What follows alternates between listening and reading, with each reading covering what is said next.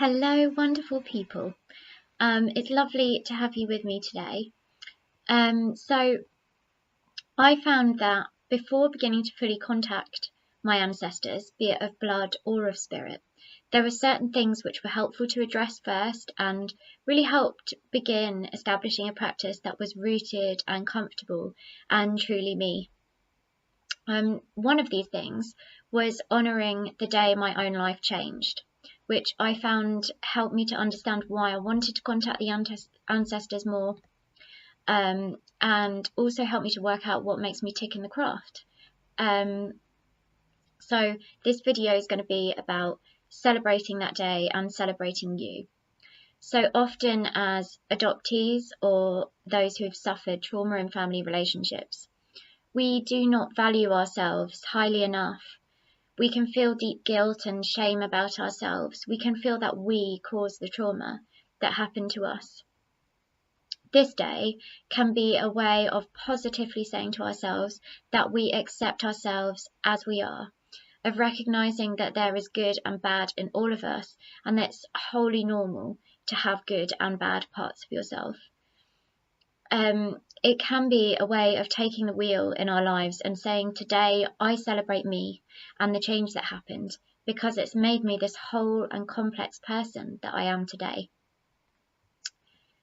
Often we might be wonderful at singing the praises of others and really meaning it. We might be brilliant parents and friends who are loyal and supportive to a fault, but we can have a tendency to put ourselves last. Even if we engage in few relationships and, are someone who's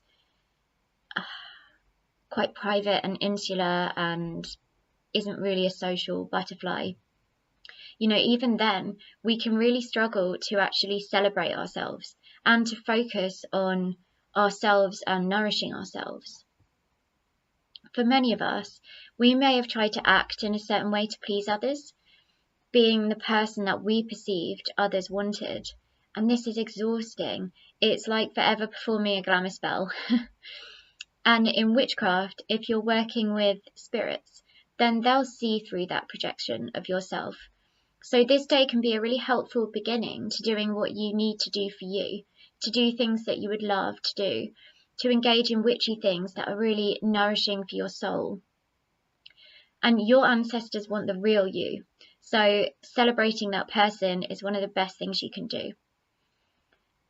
If anyone hears this and panics and thinks, oh, I've spent so much time doing what everyone wants that I don't know who the real me is, take a moment to pause. There's no pressure on you to do this day, and you know so much about yourself that you're just not realizing. Sometimes looking back at how we were as a child and what sparked our interest then can help. So even if it was something that you were told not to do, so long as it's not a damaging thing, why not re-look at that interest? Often it's looking at things in our life that really fill us with joy. And even if you're someone who is suffering with depression, one of the symptoms is knowing that something that would normally fill us with joy isn't doing that. So kind of look at those things that usually do, even if you're not feeling it at that exact moment. Do you have pets? Were you obsessed with taking things apart to see how they worked? My son is obsessed with that. Do you like just going for a walk when it gets too much? Is that kind of something that you automatically do? Which books do you choose to read when you're alone? You could ask a close friend if you think that that might help, and if you feel that you've really been your true self with them. Some good friends of mine who have been through trauma felt very deeply that they didn't know who they were or what they liked. And I saw in all of them that though they picked up and put down certain interests, the interests had some things in common. And often the ones that continued or that began when they were young children were those that kind of gave a picture of them. So one particular friend surrounded herself with animals. She loved emotive books. She was interested in people and how they felt and how they behaved. she was eloquent and gentle and strong, and she tended towards empathetic logic. She was always very much herself, despite switching interests and terror in choosing to train for a career because she felt it might not be something that she actually wanted to commit to. So there is this overanalyzing that can come in for many people. And I think, that's what came in for her with the career, in many ways. And actually, sometimes it doesn't matter if what happened to us or our trauma caused us to be interested in certain things, because we are interested. It has happened to us and caused this interest. And it's worth kind of stepping back and remembering that many interests or passions are caused by things that happen in people's lives. So just this week, actually, I'm in England, so it was BBC News, and there was a mum on it who was campaigning for better education for psychiatric staff in autism and similar illnesses.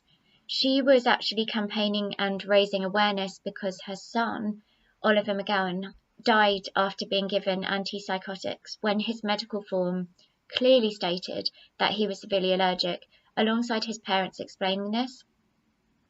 Now, if her son had not died, she may not have felt so passionately about changing this issue. It may not have been something which became a big focus for her. And it's absolutely heartbreaking. But the death of her son has given her this fire to improve education of staff treating children and adults with autism. And this was her response to a tragic and traumatic situation. Her response comes from within her. And so despite being triggered by the trauma that she's suffered, it's still innately her own. And it's worth remembering that if the same traumatic event had happened to somebody else, they might not develop the same interest or passion that you have, Their response might be entirely different. So back to celebrating the day.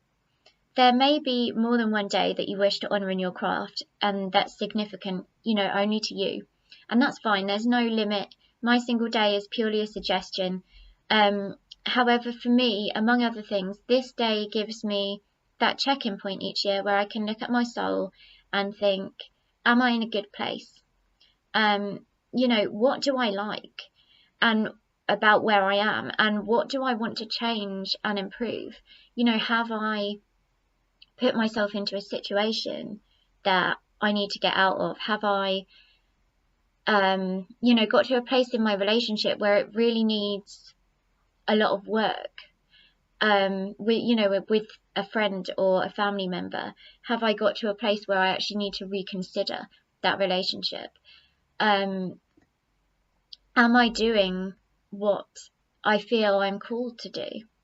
And honouring the moment that your life changed may be something that can enliven your own practice and start to make it about your soul and its journey, past, present and future. Now, this day may be the moment that you left an unloving home. It may be when you were legally adopted, or when you first arrived at a foster or adoptive home. It may be when a realisation came through and you started to be able to heal. Some people find that this simply brings up bad thoughts and makes them feel unsettled, and if so, you don't need to do it. However, it may be that honouring this day in a ritual can really help and alter your viewpoint slightly, or it might just be this nod to this crucial turn in your own journey. For some of us, we may already have a day like this outside of witchy practices. For example, my adoption day was always celebrated by my family and I, and my husband and I have continued this. So like the Queen, I have 2 birthdays. But in witchy practice, there are certain things I considered before looking at the ritual for the day. So firstly, my name was changed. I began using my birth name again at the start of secondary school because I realised I'd be easier to find that way. Though friends from before this and family still call me my adoptive name as well. I answer to both. And I think naming is a really interesting thing, because I really do believe that it can help carve out your path. And there'll always be exceptions to the rule in some ways. But, you know, there are actually traditions who have believed that until you name a child, it's soulless. That's within witchcraft. And when I chose my son's name, I chose both the meaning and the sound of the name very carefully. It was important to me that the sound was something that I felt embodied the qualities that I wanted him to have, as well as the meaning, doing that as well. So I linked it to his astrological signs as well as doing that. And during my pregnancy, I journeyed to meet him, and I focused on really feeling his personality, and that helped my choice as well. It helped to solidify it. You know, I wanted to give him a strong first step on his life path by giving him a name which embodied something strong. And yeah, his name actually means dawning light. He's an Aries. So yeah, I think it's so important. And in magic, we often hear of the power of names. For example, a plant or animal revealing its true name to you, or people either using a witch name to protect their own, because it can be used as a tag lock, or using a witch name that they feel is a soul or a spirit name with deeper meanings and spiritual connotations. So this name change fascinated me, particularly as my two names were not similar and they have different meanings as well. So my birth name is the name of a saint who's linked to protection of children. And I believe it may have been given because I was being adopted. So I don't know if I would have had that name had the adoption not been settled with, previous to my birth, or decided upon anyway. So it's also interestingly more Irish than my siblings, and that has been something important to me in actually, giving me some information about my ancestry. And it's something that has ended up being quite important to me.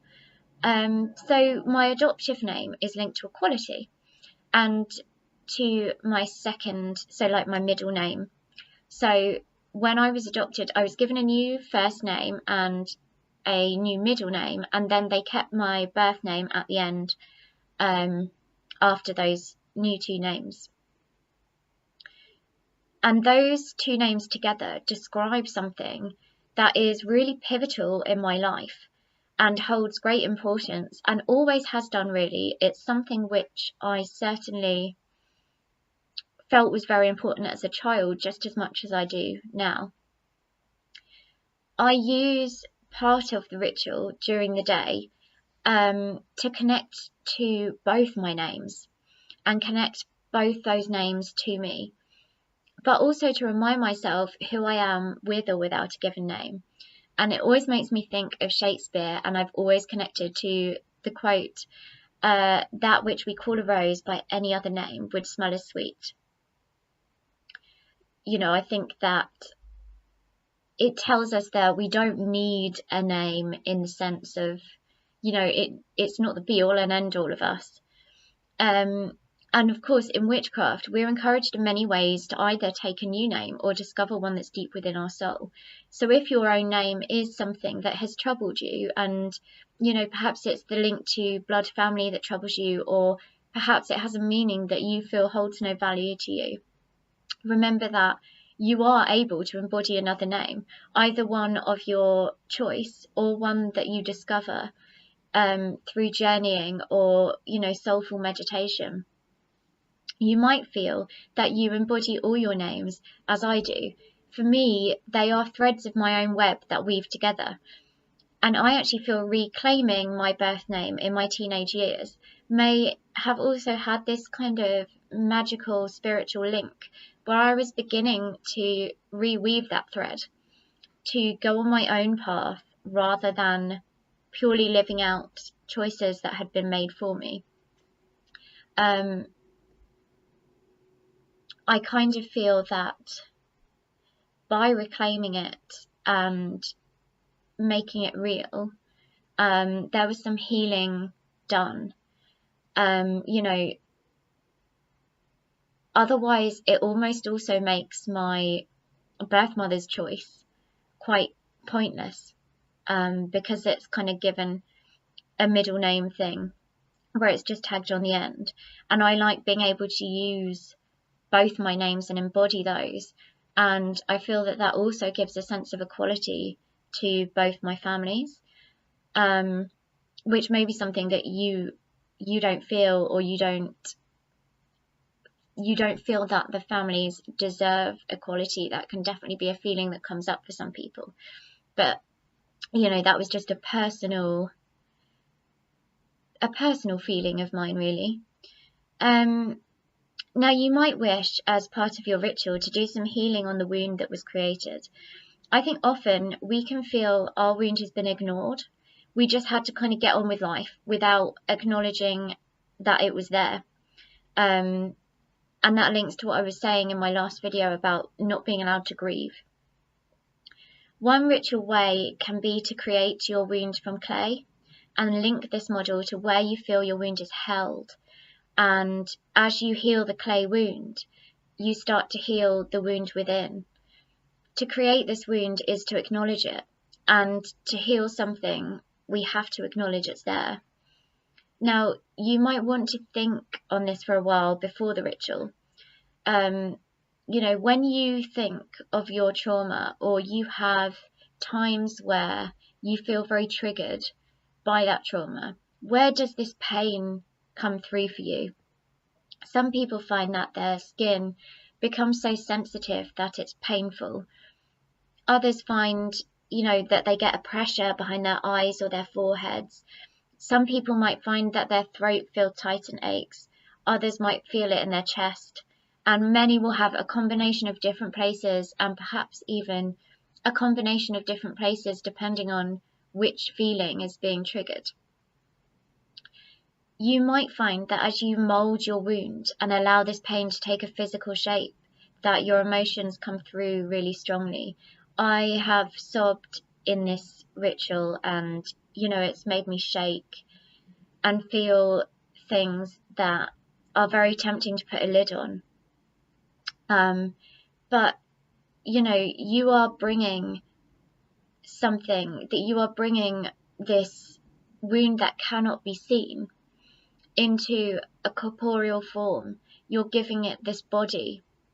So, you know, it allows you to then take your wound and to rub in healing herbs, to pour love into it, to speak over it, you know, to tell it that its pain is no longer in charge, to sing to it, to take floral water and massage it until it's no longer recognizable as your wound, to reshape it into something beautiful. And, you know, if you prefer to sew, you could create it from fabric and then stuff it with healing herbs, symbols that mean positive things to you, poetry that emboldens you or soothes you. If you're a firebird, you can create an emblem of your pain and burn it. You know, you can carve it into fruit and bury it and let the earth take it and reuse it for something positive. You know, some fruits, lots of people would have different feelings on what they wish to use, but things like blood orange can be really good for this. And there is that cleansing quality to citrus as well, that you can kind of harness if you wish to, so that the wound continues to self-heal. So personally, I don't think that my wound will ever go away completely. You know, even physically, most deep wounds leave scars. If someone cuts themselves deeply on glass or metal, you know, or anything really, it's going to leave a deep scar. But I can heal my wound. little by little and year by year, and it can begin to be less raw and contain more positive beads of light that would not have come in the same way without it. As those who've had traumatic family experiences can feel very sensitive, because our experiences of relationships have not been reliable. It can be a good day to do some work on barriers or protections. I like to add a reminder to my personal barrier, so I'm buffeted by it when someone says something hurtful or that I perceive to be hurtful. But I always get a little poke to consider whether it is actually something I need to worry over. So, I can also add some reassurance sometimes. Sometimes I tag a memory of special times in a relationship with people I love to this barrier, which I can be reminded of if I'm suddenly terrified that they'll never speak to me again because I decided to wear lime green and they tell me that it looks a bit odd, and then I take that as them saying that they want out of the relationship. It's just that little poke to say, is it really that? Because remember these times, remember how much you've been through together. I think they maybe just don't think that you look great in lime green. And I look awful in lime green. Not that colour. I think I would have to tell me that I looked odd in lime green. So for the next one, I did just watch this morning Kelly Ann's Self-Love Spells and Rituals video, and it has an idea similar to this, so apologies for that, because this contains some different ideas and I've done it many times with great results. I've kept it in because I really find it a helpful way to process things, and I'd written these notes a while ago, so I didn't really want to change them when it has been so great for me. So this idea is to consider mapping out your journey, and I find that a visual representation can help me to look at where a little magic might be needed, or eke out a shadow that's been holding me back and needs some work. Tarot is of course a more common way to do this, but another way might be to map out constellations in your life. So you might have major events that have happened made up of several different stars. And there are lots of ways to do this, but one would be to have the event as an image made up of the emotions you felt at the time. And you would also then be able to see the links. Are you feeling very similar emotions for events that have similar endings, for example, events where perhaps you lost a loved one, or events where you felt unincluded, or events where you did really well at something, you got a certificate. Do you have similar emotions for those things? Is there a pattern? Another way to do it might be stars made up of different people who are involved, and that can actually be a really lovely one for looking at the people who have been there for you in your life. Another might be tools you use to get through these events, or found within them, qualities perhaps in yourself even. You might want to draw an actual map, or perhaps make a charm bracelet or picture instead. You might also wish to add the future that you want, and perhaps start a pathway drawing of how you want to get there, what you want to do to start walking towards that future that you've added. This might be something that you do yearly and compare, because you might find that you view situations differently. So a Three of Swords event or moment might become a tower that then leads on to the star. Or you might do a big art piece or jewelry piece that you add to yearly. You might want to do something that you can hang up so you can see your journey all of the time, and have something there, almost like the children's mobiles, and it's got quite popular to make them out of wood and shells and things like that. I mean, it's been done for a long time, but I think with so much social media sharing, it's become popular for adults to do that too. And of course it's been done in witchcraft for a long time. But yeah, so if you had like a mobile and you could then see where you were and remind yourself how far you'd come, and also where you wanted to go. By doing this, you might spot some places that need work, or perhaps realize that you have a tool that you didn't realize that you had. You know, for example, I am a writer really by nature, but I didn't realize that physical voice was so important in my life, sound and spoken words and song, until I looked more deeply. In fact, for me, many of my struggles embodied this lack of voice or oppressed voice, and regaining that voice is something that has come through in my witchcraft work and helped me to move forward. This tool, this voice, meant that I began to learn how I could heal myself or relook at difficult events through this medium to bring further understanding. I began to learn how to use this tool well in my craft, and therefore how I could use this tool to call to the ancestors. Cause and effect can be a really big problem if events that have hugely affected your life have happened to you without a cause that you can control. We can feel like the biggest life-changing event, you know, whose family you're part of, how they relate to you as well. You know, it might be that it's the relationship between you and your birth family that caused trauma, and that actually you did live with them and had to split later.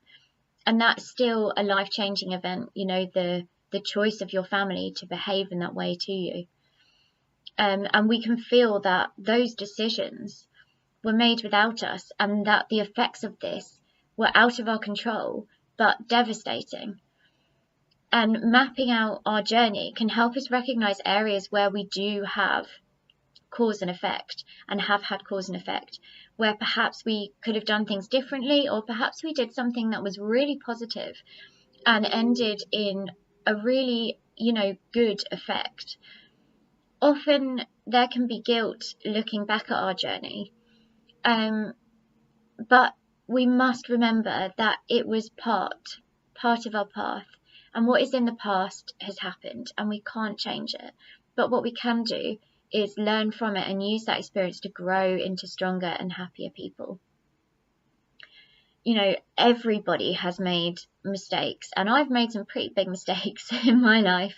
So I do know that guilt feeling very well, but it's about trying to recognize why we did those things, and, you know, why we won't be doing those things in the future, and what instead we can do to give ourselves the beautiful, rich life that we want. Our ancestors can actually help with this cause and effect, because we can see how their own decisions shape their lives. You know, first we must acknowledge the influences we have on our lives, and as witches, you know, we can realize that if we can influence energy outside of us, then we can also influence ourselves.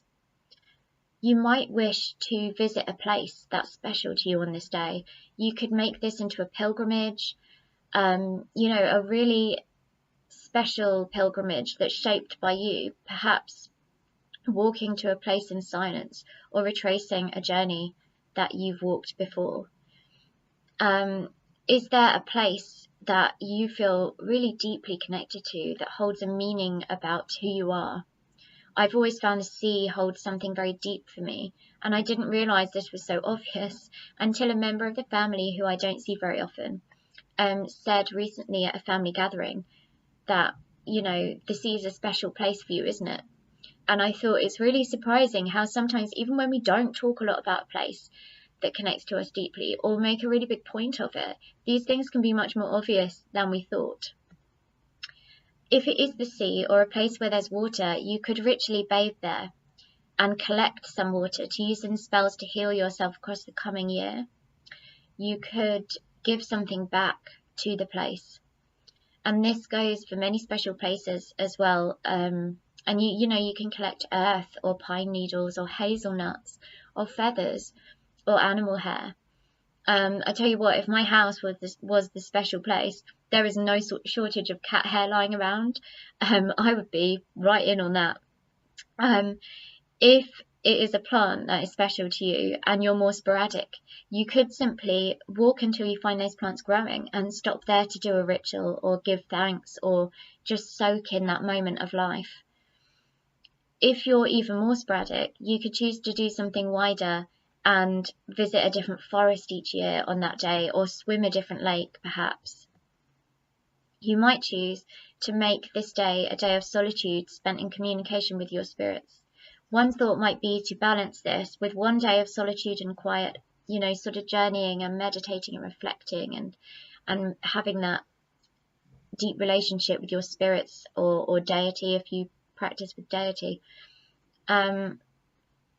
And then have the following day spent in company that you love, starting to sow those seeds for the coming year. What does that day mean to you?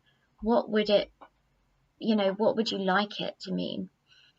For some people, it might be a day where giving thanks for moving forward feels like the right focus. For others, it might be a day where you simply wish to recharge or celebrate where you are at that exact moment.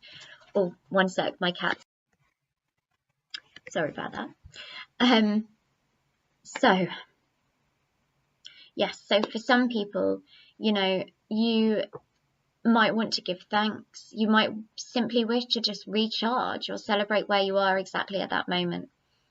For me, there is and always will be some sadness because there was loss, but there was also gain.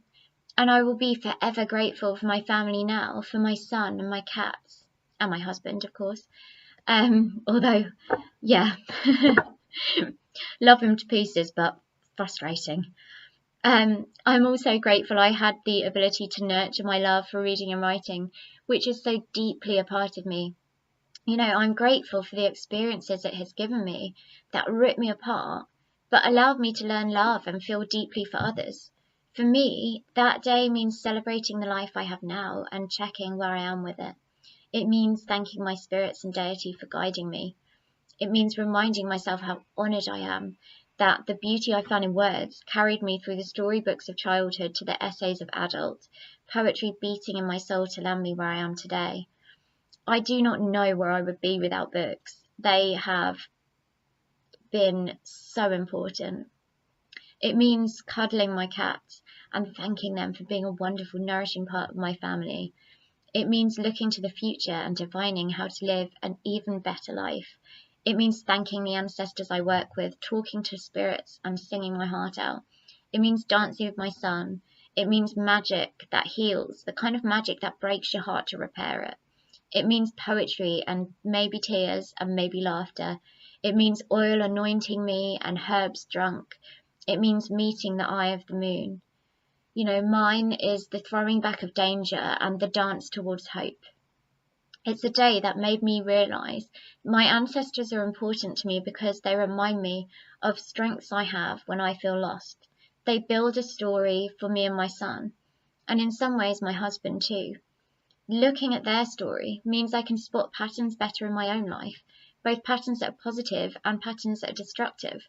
I can learn from the way they lived and the results they had. I can be guided by what they tell me. I am my own roots, but to me there's a connection to ancestors that I find makes me feel anchored. Just in the way that my family, who I celebrate on my personal Sabbat, make me feel anchored. My ancestors are my past, I am my present, and my son is my future. However, I am also my own past, present, and future, as I can see mapped out in my journey. I value connection, knowledge, love, the bravery to fight stigma and oppression, the strength and healing. And the ancestors I have are a web of these things. They create pathways for me to trace in my life and in my craft. I actually think one gift we have from trauma relating to family is that we often do not view families in the cellular way that others do. We may call more than one person, mum or dad. Our siblings might not live with us, but we may also have those not blood related who are our siblings too, and do live with us, and whom we love just the same. We may view close friends of ours as being like siblings to us. And this can be a wonderful gift when working with ancestors, because our mind is already more open to connecting to ancestors of love, those connected to us through adoption, through fostering or friendship, or ancestors of spirit, who we can equally see as family. Creating this day can help us to not only connect with ourselves more deeply, but understand how open we are to connecting to the ancestors, and how much blood does not have to be the be-all and end-all. It can help us to see who from our ancestors we wish to contact. Do we want to look at those who fought oppression, or created art that spoke to us so deeply it felt like it was from our own hearts and minds? Or is it those who were deeply knowledgeable about plant healing or divination? Do we wish to honour some ancestors of our blood, or leave those out altogether? It can help us to know which means to use to connect with the ancestors as well. If our affinity is an art, do we want to paint while in trance and communicate that way? Or perhaps our main love is tarot. Perhaps we wish to invoke them and record ourselves speaking and have them use our own voice. If you're starting out in your practice, I do suggest you kind of wait to do those kind of things until you've decided on boundaries and are clear on who you're reaching out to and why. It doesn't necessarily have to be as specific as a person, but you want to make sure that you're reaching out in perhaps to ancestors who were wonderful at art, but you also need the boundaries in place to protect yourself from negative things coming through. There are plenty of spirits who would happily step in and pretend. But I hope that sharing this might open up some ideas about what your own day could mean, and how it might help you to begin to form that connection with your ancestors and recognize the influences in your own life more deeply. I hope it also might help you celebrate yourself as the wonderful person you are, both unique and connected to so many. I do have some rituals coming up and some other ideas about shaping a practice that's yours, including a cord spell to connect with ancestors. At the moment, I'm just kind of jiggling about with the order that I'm putting things in, so it's a bit more helpful and less sporadic. I'd love to hear from you. How are you going to celebrate the wonderful you? And does it bring up any ideas for you on your feelings about ancestors and how to connect with them? It's been really lovely talking to you guys. I hope you have a wonderful day wherever you are. Bye, guys.